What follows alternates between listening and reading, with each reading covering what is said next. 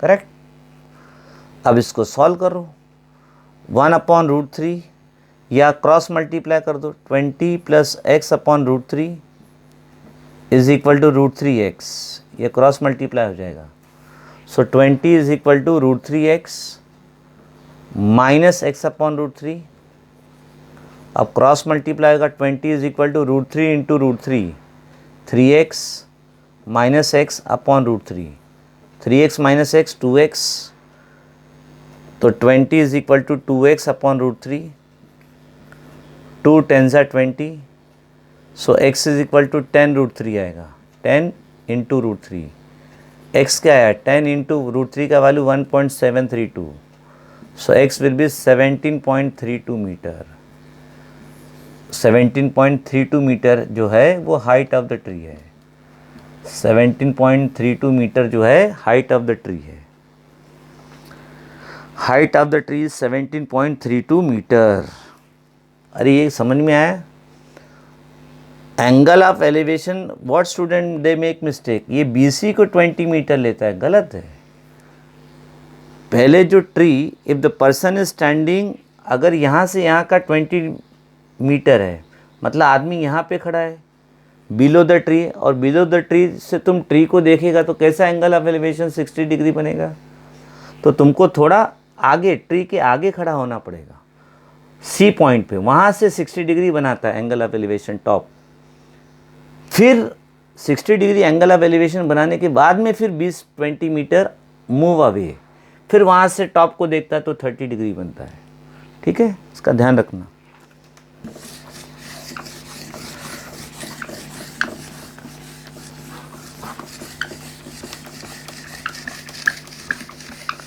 Now we will see another type of question. All the type of question we will cover.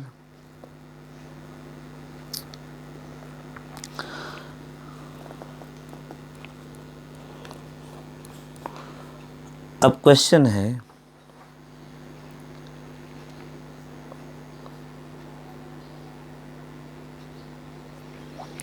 To pillars of equal height. अब दो pillar है of equal height, they stand on the ground, ये ground है। अब pillar जो है ground पे ही खड़ा रहेगा, वो भी परपेंडिकुलरली खड़ा रहेगा। ये पिलर है AB और दूसरा पिलर CD, और दोनों इक्वल है। Two pillar of equal height, they stand on the ground, तो परपेंडिकुलर रहेगा, AB perpendicular, CD perpendicular to ground. Two pillar of equal height stand on either side of the roadway. ये road है, ये ground जो है मेरा, BD जो है ये रोड है, ये क्या है मेरा, ये रोड है, पूरा ग्राउंड जो है रोड है। ये रोड पे के दोनों side, either side means on both the corner, road के एक कॉर्नर पे एक पिलर AB है, एक पिलर CD है, और दोनों पिलर का हाइट इक्वल है। आइदर साइड मतलब दोनों तरफ, रोड के दोनों तरफ। अब पूछा है, two pillars of equal height stand on either side of the roadway which is 150 metre wide. तो रोड कितना वाइड है, BD is the width of the road, तो रोड कितना है वाइड है 150 मीटर। BD कितना है, रोड कितना वाइड है 150 मीटर ना। अब at a point in the roadway between the pillars, अब at a point in the roadway between the pillars, दोनों पिलर्स के बीच में रोड है, रोडवे पे एक पॉइंट लिया। Eight a point between the pillars in the roadway, roadway के बीच में, दोनों पिलर के बीच में रोडवे के ऊपर एक पॉइंट हमने लिया P, पॉइंट P लिया। पॉइंट क्या लिया, पॉइंट P लिया, ठीक है, point P we have taken. Roadway पे एक पॉइंट P लिया बिटवीन पिलर्स, ठीक है, बिटवीन पिलर्स। फिर आगे क्या कर रहे हैं हम लोग, at a point in the roadway between the pillars the elevation of the top of the pillars are 60 degree and 30 degree. अब P से दोनों पिलर के टॉप को देख रहा हूँ, इसके टॉप को देख रहा हूँ, नीचे से ऊपर देख रहा हूँ, तो एंगल ऑफ एलिवेशन कितना बना रहा हूँ, 60 degree. At a point in the roadway between the pillars the elevation of the tops of the pillar are 60 degree and 30 degree. दोनों पिलर के टॉप को देख रहा हूँ, तो यहाँ पी से मैं सी को देख रहा हूँ, टॉप को 30 डिग्री का एंगल ऑफ एलिवेशन बना रहा हूँ। ये लाइन ऑफ साइट है, ये लाइन ऑफ साइट है, ये हॉरिजॉन्टल है, तो ये एंगल ऑफ एलिवेशन। ये लाइन ऑफ साइट है, ये हॉरिजॉन्टल है, तो ये एंगल ऑफ एलिवेशन। पी से टॉप को देख रहा हूँ तो एंगल ऑफ एलिवेशन 60, और पी से सी को देख रहा हूँ तो angle of elevation 30। Find the height of the pillars and the position of the point. Position of the point बोला है, correct. Position of the point बोला और height of the pillar. Height of the pillar मतलब A B और C D equal है, x ले लो, x ले लो, चलो इक्वल हाइट है, तो कोई ए बी कैलकुलेट करो या सी डी कैलकुलेट करो। अब रोड का विड्थ कितना है, रोड का विड्थ, ये पूरा रोड का विड्थ कितना है, 150। ये पूरा रोड का विड्थ कितना है, 150 मीटर है, correct. So when now this 150 meter it is divided into two parts, PB and PD। जरूरी नहीं P सेंटर में है, ध्यान में रखना, not necessary that P is in the middle of BD, नहीं, कहीं भी हो सकता है।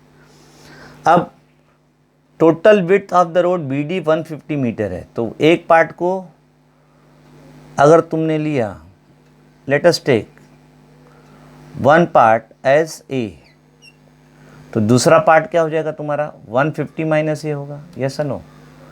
ये तुम्हारा हो जाएगा 150 माइनस ए, और ये पार्ट तुम्हारा ए। अरे भाई 150 को दो पार्ट में डिवाइड किया, P B and P D, तो एक पार्ट ए लिया तो दूसरा part 150 minus A. Now we want to find height of the pillar. अब इसमें देखो, ये right angle triangle A B P, tan 60 क्या होगा, बोलो, tan 60 क्या होगा, opposite upon adjacent, x upon A. tan 60 क्या है, √3, x अपॉन ए, तो x क्या है तुम्हारा, √3 है यार, x क्या है, √3 है। अब इसमें लो, ये राइट एंगल ट्रायंगल में C D P, tan 30, what is tan 30, tan 30 होगा opposite C D upon adjacent P D. tan 30 कितना है, 1 अपॉन √3, सी डी कितना है, x अपॉन पी डी कितना है, 150 माइनस ए। अब यहाँ पे x का वैल्यू पुट करो, x का वैल्यू क्या है, √3 है, यहाँ पे पुट करो 1 upon √3 is equal to √3a upon 150 minus A. अब क्रॉस मल्टीप्लाई करो, इक्वालिटी है, तो √3 इंटू √3 क्या होगा, 3a is equal to 150 minus a. So 3a plus a is equal to 150, 4a is equal to 150, a is equal to 150 upon 4, divide कर दो, a 4 3 ज़ा 12, बाद में 30 होगा, 4 7 ज़ा 28, 20 होगा, 4 5 ज़ा 37.5 मीटर। a कितना आया, 37.5 मीटर। a कितना आया, 37.5 मीटर, ठीक है, a 37.5 मीटर है ये तुम्हारा, फॉलोड। अब x को हमको कैलकुलेट करना है, हाइट ऑफ द पिलर क्या है मेरा, x। अब x का वैल्यू ये है, तो x क्या है, √3 इंटू a का वैल्यू कितना है, 37.5। अब x का वैल्यू क्या है, √3 1.732 इंटू 37.5, मल्टीप्लाई करो x, मल्टीप्लाई करो, तुमको वैल्यू मिल जाएगा, मल्टीप्लाई दिस 64.95 मीटर आएगा। x कितना आया, 64.95 मीटर। तो हाइट ऑफ द पिलर कितना है, 64.95 मीटर, और दोनों हाइट इक्वल है, तो ये भी 64.95 होगा। अब पूछा है what is the position of the point, point P का पोजीशन क्या है। तो अगर ये AB मेरा फर्स्ट पिलर है और CD मेरा सेकंड पिलर है, तो पोजीशन ऑफ ए क्या है, पोजीशन ऑफ पॉइंट पी क्या है, the point P is at a distance of a कितना है 37.5, पॉइंट पी का डिस्टेंस कितना है from first pillar, from first pillar what is the distance of point P, the point P is at a distance of 37.5 metre from the first pillar.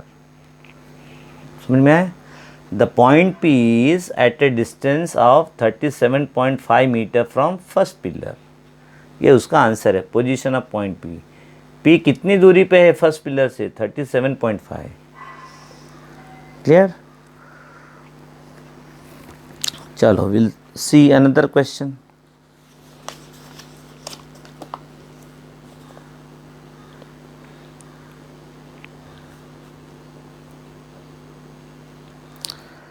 Followed. So all these you have to draw the diagram and visualize first. First try to visualize the diagram, draw the diagram, and then you start solving the question. And if diagram is perfect, then there will not be any mistake. Chalo, we'll see another question. The angle of elevation of the top of a tower is observed to be 60 degree. एक tower है, एक tower बना लो A B. अब tower ज़मीन पे खड़ा रहेगा, ground पे परपेंडिकुलरली, ये मेरा ग्राउंड है जहाँ पे टावर खड़ा है, ठीक है। The angle of elevation of the top of the tower is observe to be 60 degree at a point 30 metre vertically above the first point of observation। मतलब कैसा है, यहाँ से ज़मीन से फर्स्ट पॉइंट ऑफ ऑब्जर्वेशन मेरा सी है, फर्स्ट पॉइंट ऑफ ऑब्जर्वेशन क्या है सी है। जब सी से एक टॉप ऑफ द टावर दिख रहा है तो एंगल ऑफ एलिवेशन कितना बना रहा है 60 degree, and this is the line of site. The angle of elevation of the top of the tower is observed to be 60 degree। यहाँ ग्राउंड से जब देख रहा है तो 60 डिग्री का एंगल बना रहा है। At a point 30 metre vertically above the first point of observation। अब ये मेरा फर्स्ट पॉइंट ऑफ ऑब्जर्वेशन, ठीक है। यहाँ से 30 metre vertically above the first point, यहाँ से 30 metre vertically above, 30 metre vertically above, 30 metre vertically above the first point of observation, ये मेरा फर्स्ट पॉइंट ऑफ ऑब्जर्वेशन है सी। वहाँ से 30 metre vertically above, 30 metre vertically above जा रहा हूँ, सी था। अब ये पॉइंट 30 मीटर वर्टिकली अबव गया तो डी पे पहुँच गया। जो पॉइंट ऑफ ऑब्जर्वेशन सी था फर्स्ट पॉइंट ऑफ ऑब्जर्वेशन, अब वो डी पे पहुँच गया। 30 metre vertically above the first point of observation, जो फर्स्ट पॉइंट ऑफ ऑब्जर्वेशन है उसके ऊपर 30 मीटर वर्टिकली अबव, तो डी पे पहुंच गया 30 metre vertically above the first point of observation. The elevation is found to be 45 degree.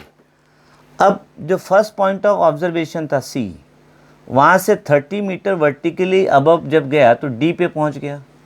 अब यहाँ से टॉप को देख रहा है, यहाँ से टॉप को देख रहा है, तो एंगल ऑफ एलिवेशन ये लाइन ऑफ साइट हो गया। अब ये हॉरिजॉन्टल ड्रॉ करना है, एक horizontal.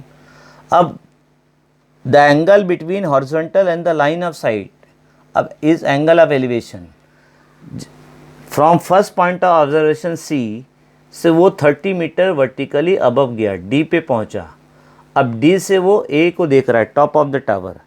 The angle of elevation is found to be 45 degree. Angle of elevation कितना हुआ 45 degree, correct.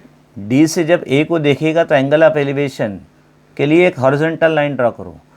The angle between horizontal line and line of sight is angle of elevation 45 degree.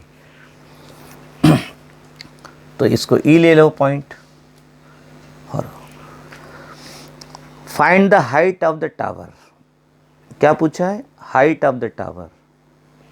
Height of the tower, height of the tower मतलब A B, ये पूरा height of the tower A B calculate करना है।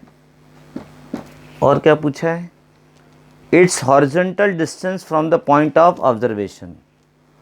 Horizontal distance from the point of observation, मतलब which value,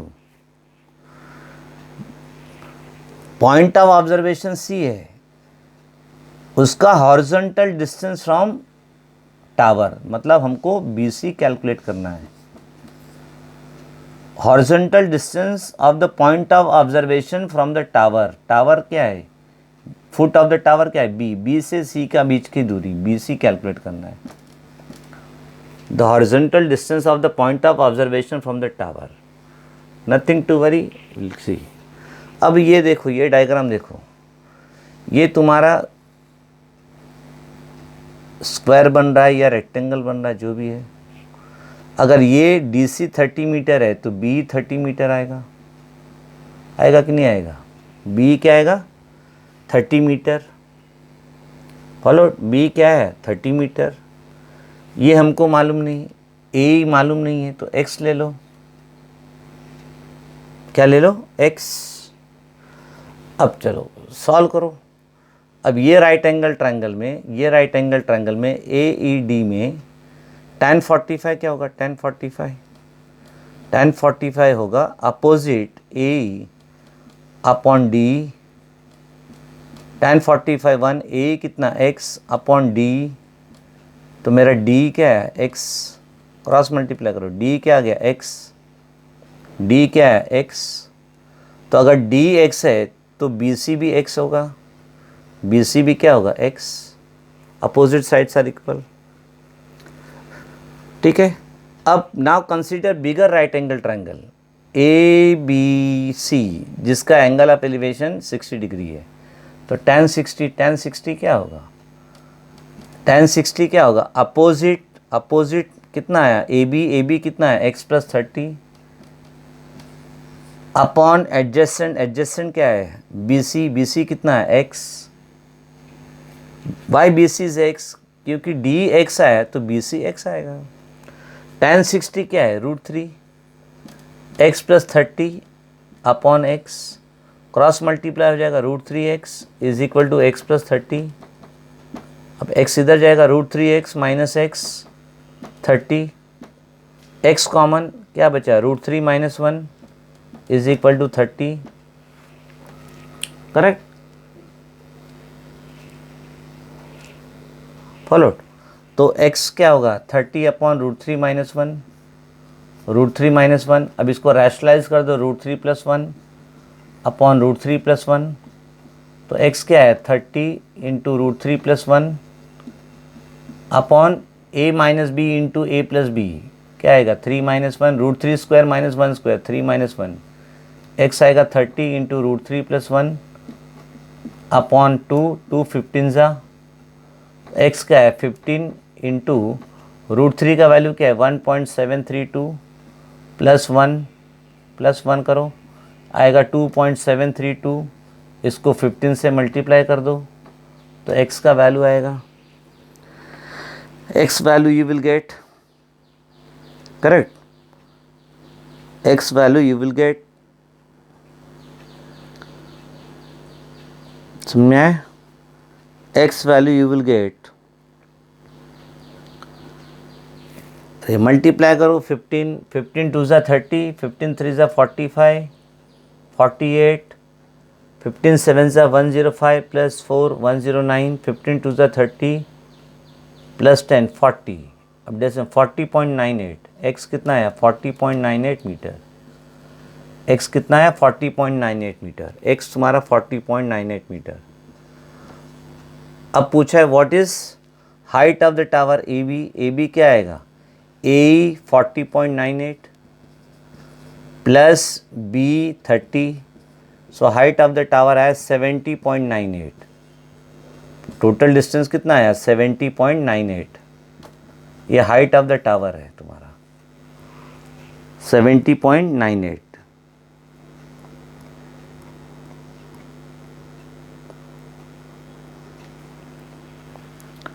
अब पूछा है what is asked, what is the horizontal distance of the point of observation C from the tower, मतलब BC का value पूछा है। अब BC कितना x है, BC क्या है तुम्हारा x, BC क्या है तुम्हारा, BC x है ना, तो x का value already we have calculated, so BC कितना है 40.98 metre. So the horizontal distance of the point of observation C from the tower is 40.98 meter. Clear?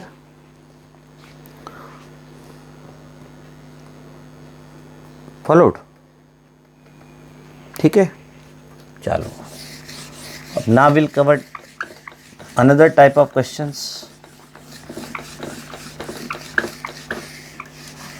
We'll cover another type of questions.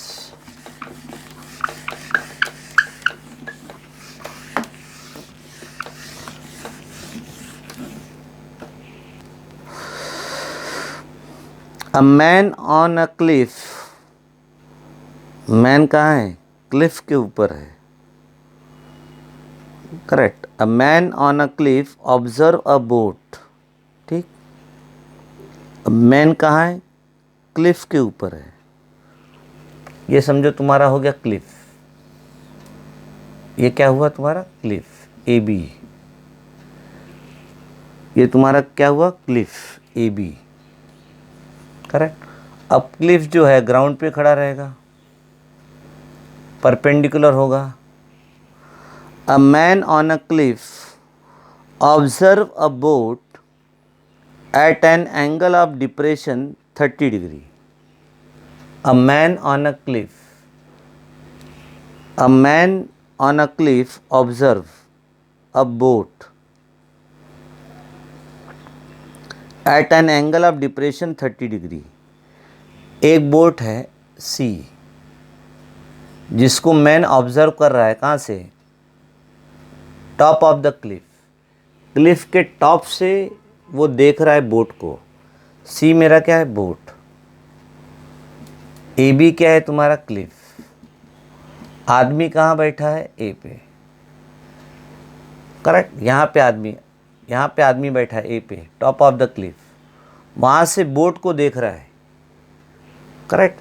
So this is the line of site. यहाँ से boat को देख रहा है, so this is the line of site. तो जब आदमी ऊपर से नीचे देखता है, एंगल ऑफ डिप्रेशन बनता है किसके बीच में, between the line of sight and the horizontal line. तो इसके और इसके बीच में 60 डिग्री का एंगल ऑफ डिप्रेशन बन रहा है.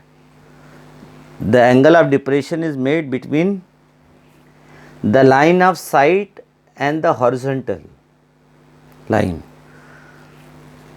सो ये बोर्ड को देख रहा है, एंगल ऑफ डिप्रेशन कितना बना रहा है, 60 डिग्री. ठीक है. नहीं, एंगल ऑफ डिप्रेशन 60 नहीं, 30 डिग्री बना रहा है. कितना बना रहा है, 30 degree. Again I am reading the complete question. A man on a cliff observe a boat an angle of depression 30 degree which is sailing towards the shore to the point immediately beneath him. अभी boat किस तरफ cell कर रही है, शोर की तरफ. शोर कहाँ पे है, नदी में बोट सेल कर रही है. ये नदी में बोट सेल कर रही है. And this is the B is the shore of the, B is the shore of the river.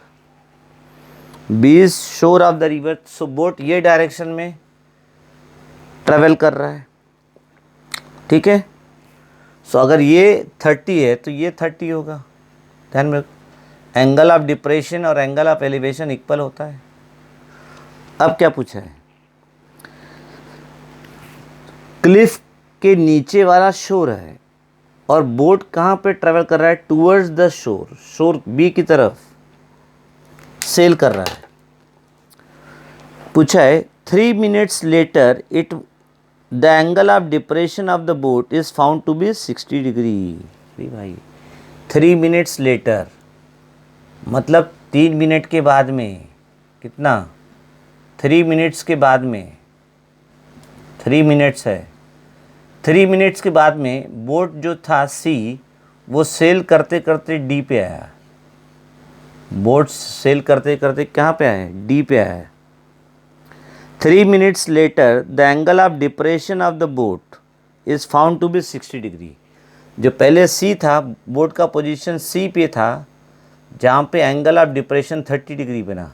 अब बोट सेल करते करते शोर की तरफ, क्लिफ के नीचे शोर है रिवर का, बोट सेल करते करते 3 मिनट में सी से डी पे आ गया।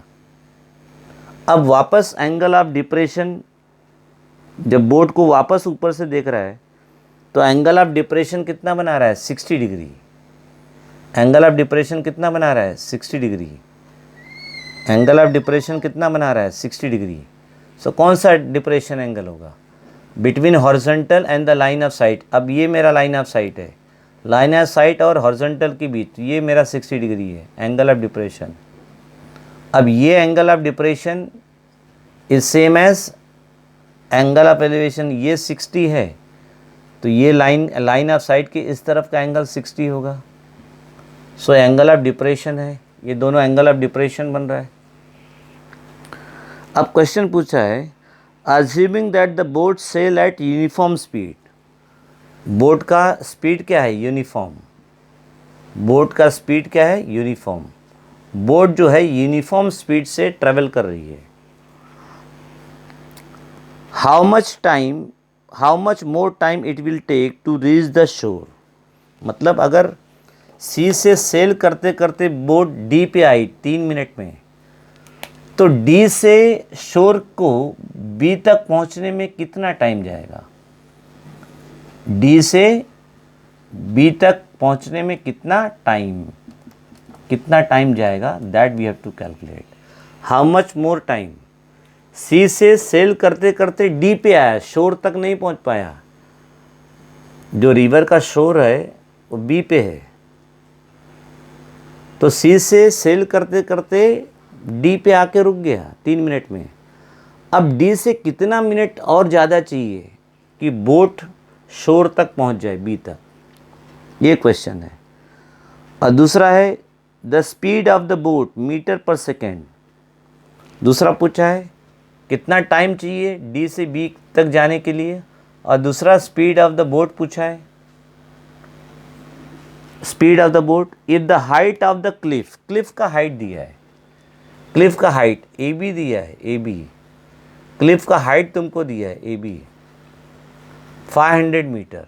क्लिफ का हाइट कितना है, 500 मीटर। क्लिफ का हाइट कितना है, 500 मीटर। ठीक है, समझ में आया क्वेश्चन। एक क्लिफ है, समझो question, speed distance time type of problems are there.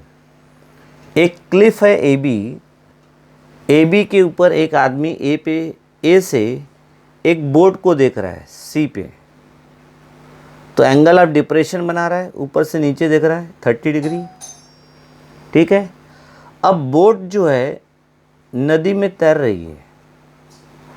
अब बोट तैरते तैरते 3 मिनट में सी डी पोजीशन तक गई।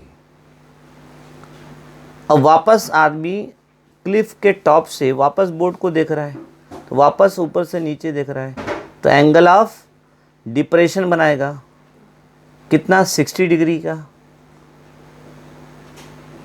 ना तो क्वेश्चन क्या पूछा है, डी से बी जो है शोर ऑफ द रिवर है, ए बी क्लिफ है, तो डी से बी कितना टाइम लगेगा पहुंचने में। दूसरा, what is the speed of the boat, height of the Cliff दिया है, क्लिफ का हाइट कितना है, 500 मीटर। चलो we will calculate. So in this we are going to use the formula, speed is equal to distance upon time. Speed क्या है formula, distance upon time, और distance is equal to speed into time. ये दो formula ध्यान में रखना, speed is equal to distance upon time. चलो will see. Now let us consider this right angle triangle ABD, ये राइट एंगल ट्रायंगल ABD। अब tan 60 क्या होगा, tan 60 विल बी अपोजिट कितना AB अपॉन एडजेसेंट कितना है BD, tan 60 √3, AB कितना दिया है 500, BD नहीं मालूम, सो BD क्या होगा 500 अपॉन √3। बी डी क्या होगा 500 अपॉन रूट थ्री। अब इसको सिंप्लीफाई मत करो, रूट थ्री का वैल्यू 1.732 डाल के डिवाइड करने की ज़रूरत नहीं है, you keep this as it is, will see. हाँ, अगर 500 रूट थ्री से कैंसिल हो रहा है रैशनलाइज करने के बाद तो रैशनलाइज करो, अगर 500 नहीं कैंसिल हो रहा है रूट थ्री का रैशनलाइजेशन करने के बाद में, so leave it as it is, do not put the value of root three 1.732, do not rationalise, keep as it is. B D आ गया मेरा, बी डी कितना है 500 अपॉन रूट थ्री। अब ना I will consider bigger right angle triangle, कौन सा, A B C. अब ए बी सी में एंगल सी है, elevation 30 degree, so tan 30 degree क्या आएगा, tan 30 degree A B upon B C, tan 31 upon root three, A B is how much 500 upon B C, 500 upon B C, correct? So BC we have to find. So BC is 500 into root 3, cross multiply 500 root three, BC कितना आया 500 into root three. अब हमारे पास BD है, हमारे पास पूरा बड़ा BC है, we will calculate CD। तो देखो CD प्लस BD, CD और BD मिला के क्या होगा, CD plus BD is equal to BC या CB। तो CD है हमारे पास नहीं, CD प्लस BD कितना आया 500 अपॉन रूट थ्री, BC कितना आया 500 रूट थ्री। अब ये क्रॉस CD क्या आएगा 500 root three minus 500 upon root three, so CD क्या है 500 root three into root three, 1500 minus 500 upon root three, so CD कितना आया 1000 upon root three, 1000 upon root three. CD कितना आया, CD ये CD 1000 upon root three. Again after rationalisation root three become 3 और 1000 cancel नहीं होता है, so don't cancel, don't put the value, leave as it is. अब हमको पूछा है तो पहले हम लोग speed of the boat calculate करेंगे, speed of the boat calculate करेंगे। अब ये CD क्या है, ये जो CD है ये डिस्टेंस है, CD क्या है C और D के बीच का, C और D के बीच का डिस्टेंस है हमारे पास। हाँ, कितना आया, डिस्टेंस है 1000 अपॉन रूट थ्री, डिस्टेंस कितना है C और D का 1000 अपॉन रूट थ्री, और C टू D जाने में टाइम कितना लगा 3 मिनट, C टू D जाने में टाइम कितना लगा 3 मिनट्स। अब हमको क्वेश्चन